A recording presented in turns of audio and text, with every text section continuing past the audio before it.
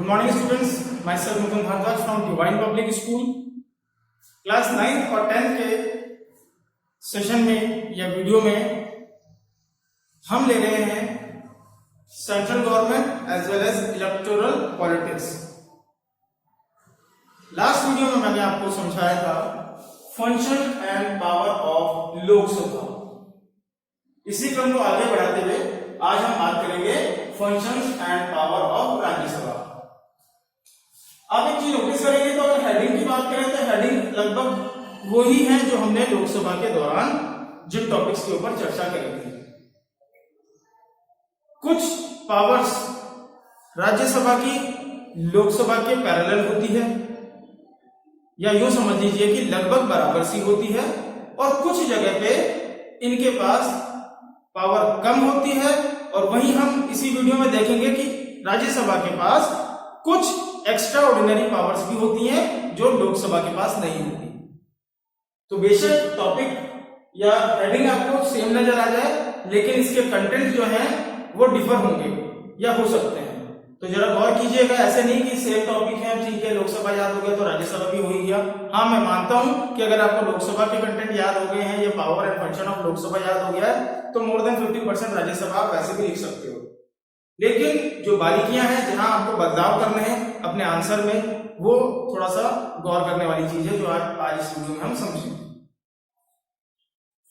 तो सबसे पहले बात आती है यहाँ पे function and power of Rajya Sabha के तौर पे लेजिस्लेटिव पावर्स। तो जहां तक लेजिस्लेटिव पावर की बात है, लोकसभा में इस तरीके से हमने समझा कि कानून कैसे बनाया जाता है, लॉ कैसे बनाया जाता है। तो क्या प्रोसीजर होता है उसका? एक बिल होता है जो राज्यसभा या लोकसभा किसी में भी एक में पहले 2/3 बहुमत से पेश होने के पश्चात पास होता है।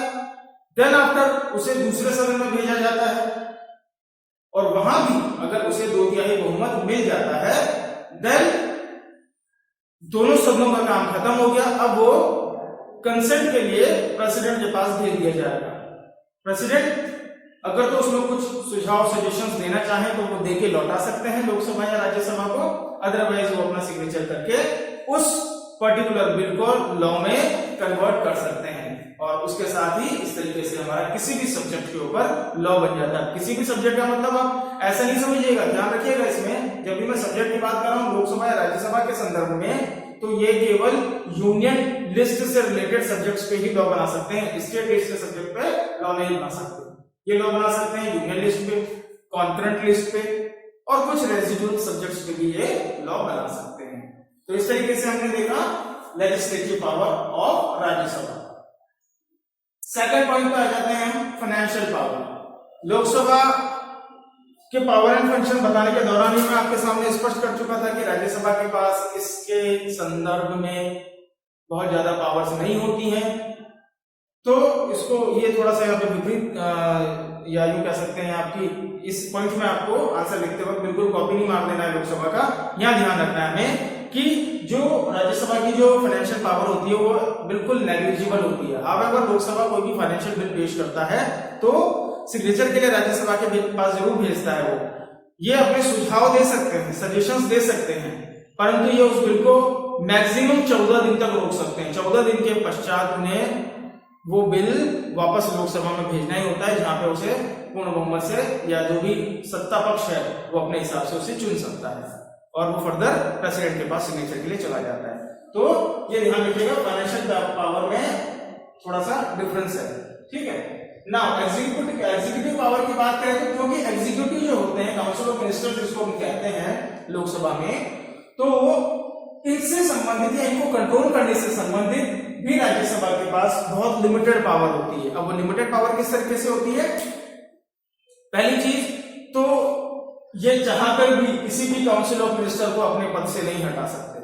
कुछ गलत इन्हें लग रहा है कि जो काम किया जा रहा है वो संदेह के दायरे में है या और बेहतर तरीके से हो सकता था, या अगर इनकी कुछ क्वेरीज हैं, क्वेश्चंस हैं, तो बेशक ये अपने सदन में उन क्वेश्चन आवर के दौरान उनसे सवाल जवाब कर सकते हैं, उन पे आरोप प्रत्यारोप कर सकते हैं, ठीक है, उन्हें सलाह दे सकते हैं, परंतु इनके पास ये पावर नहीं होता कि ये उन्हें अपदस्थ कर दें या अपने डेजिग्नेशन से हटा दें, अपनी चेयर से हटा दें, ठीक है।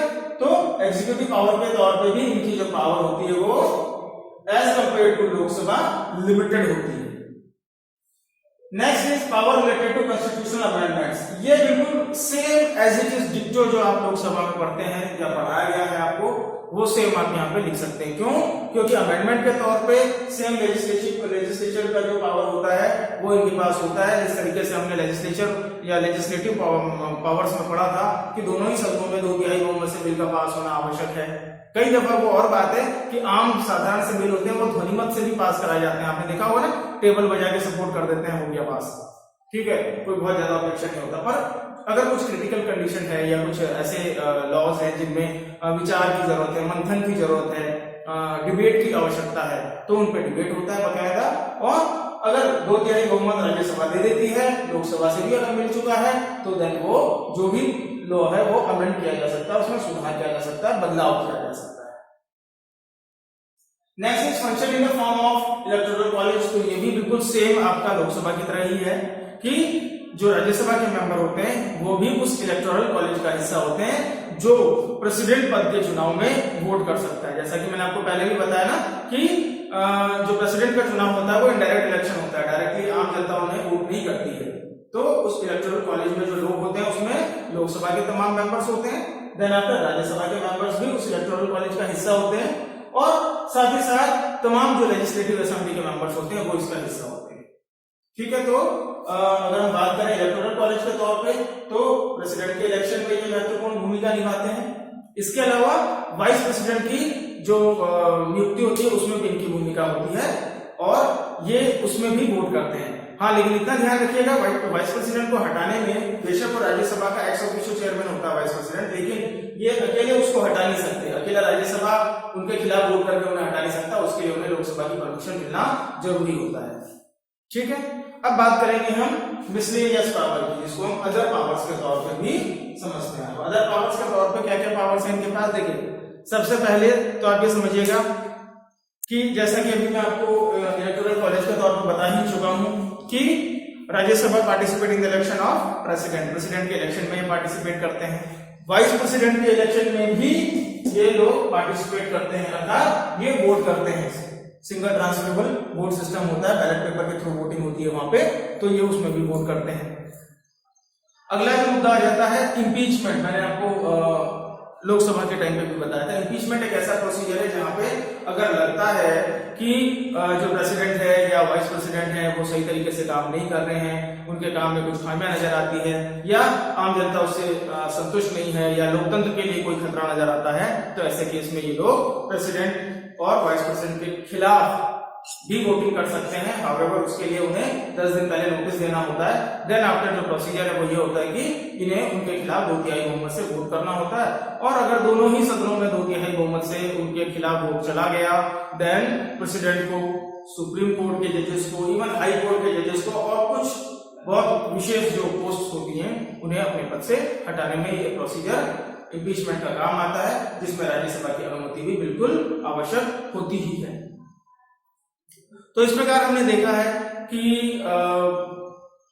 काफी चीजें यहाँ लोकसभा और राज्यसभा की सेम भी हैं और काफी चीजें अलग भी हैं। अब एक वर्ड और यूज करूंगा, इसको डिटेल में हम बेशक प्रेसिडेंट के टाइम पे देखेंगे, पर एक सिचुएशन या कंडीशन होती है देश में इमरजेंसी की। इमरजेंसी का मतलब क्या होता है? जहां पे लोकतांत्रिक व्यवस्था को भंग कर दिया जाता है और राष्ट्रपति शासन लागू कर दिया जाता है, जहां पे पूरा कंट्रोल राष्ट्रपति अपने अंडर में ले लेते हैं, मिलिट्री शासन लागू कर दिया जाता है। हालांकि लोकतंत्र के खिलाफ होती है ये तमाम चीजें, इस वजह से इमरजेंसी के केस में, इसको एक्चुअली कहते हैं, इस प्रोसीजर को भी इमरजेंसी ही कहते हैं, पर अगर इमरजेंसी इंपोज कर दी गई है तो इनिशियली वो 1 मंथ के लिए होती है, एंड देन दोनों ही सदनों की अनुमति लेना आवश्यक होता है। दोनों ही सदनों की अनुमति लेना आवश्यक होता है, और उसके पश्चात वो जो इमरजेंसी का जो पीरियड है वो मैक्सिमम 6 मंथ तक जा सकता है। विशेष परिस्थितियों में अगर इसे बढ़ाने की आवश्यकता हो तो वापस से लोकसभा और राज्यसभा दोनों ही सदनों की परमिशन से उसे बढ़ाया भी जा सकता है। शुक्र है आज तक अभी हमारे देश में इतनी लंबी इमरजेंसी की नौबत नहीं आई है। अपनी पूरे आज तक के भारत जब से आजाद हुआ सिर्फ एक बार इमरजेंसी लगा था, इंदिरा गांधी जी के टाइम पे। हालांकि ये हमारा आज विषय नहीं है। तो इमरजेंसी के केस में भी जो मिसलेनियस पावर के तौर पे लोकसभा और राज्यसभा दोनों के जो मेंबर्स हैं वो अपनी अहम भूमिका निभाते हैं। अब बात आ जाती है वो स्पेशल पावर्स की या स्पेशल प्रिविलेज की जो सिर्फ राज्यसभा को ही प्राप्त है। तो इसमें पहली जो स्पेशल जो पावर है जो राज्यसभा के पास ही होती है, उसमें आप देखेंगे कि अभी हमने जस्ट जिक्र किया राज्यसभा और लोकसभा जो लॉज बनाते हैं, जो फर्स्ट टॉपिक था हमारा लेजिस्लेटिव पावर्स के तौर पे, वो यूनियन लिस्ट के अकॉर्डिंग होता है। परंतु अगर राज्यसभा को लगता है कि कोई एक ऐसा सब्जेक्ट है जो स्टेट लिस्ट में है और उसे यूनियन लिस्ट का हिस्सा होना चाहिए, तो ये अपने स्तर पे वोटिंग करा के 2/3 बहुमत से एक रेजोल्यूशन ला सकते हैं, उसे पास करवा सकते हैं और स्टेट लिस्ट का जो सब्जेक्ट है उसे यूनियन लिस्ट में ऐड करवाया जा सकता है। तो ये तो एक स्पेशल पावर हो गया राज्यसभा का, ये पावर लोकसभा के पास नहीं होता। ठीक है।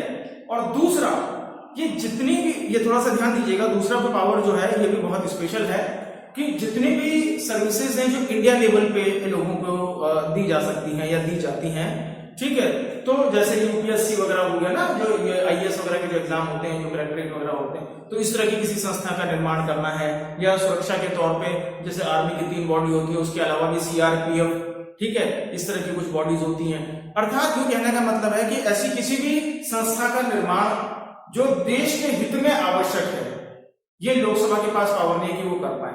ये राज्यसभा के पास ही पावर होता है कि अगर ये 2/3 बहुमत से किसी एक नई संस्था का निर्माण करना चाहते हैं जो देश के वेलफेयर के लिए काम करेगी, देश की संप्रभुता के लिए काम करेगी, देश की ताकत को बढ़ाएगी, तो इस तरह की किसी भी एक राष्ट्रव्यापी संस्था का निर्माण करने का अधिकार भी राज्यसभा के मेंबर्स के पास होता है।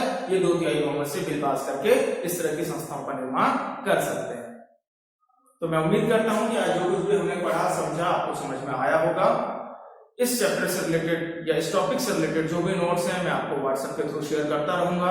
आप अपने नोटबुक्स में नोट बनाते रहिए, उन्हें याद करते रहिए, समझते रहिए। फिर कोई डाउट होता है you can ask me any time. Even आप स्कूल भी आके मुझसे डायरेक्टली मिलकर भी पूछ सकते हैं। ठीक है, well thank you so much, be safe and keep studying. Thank you.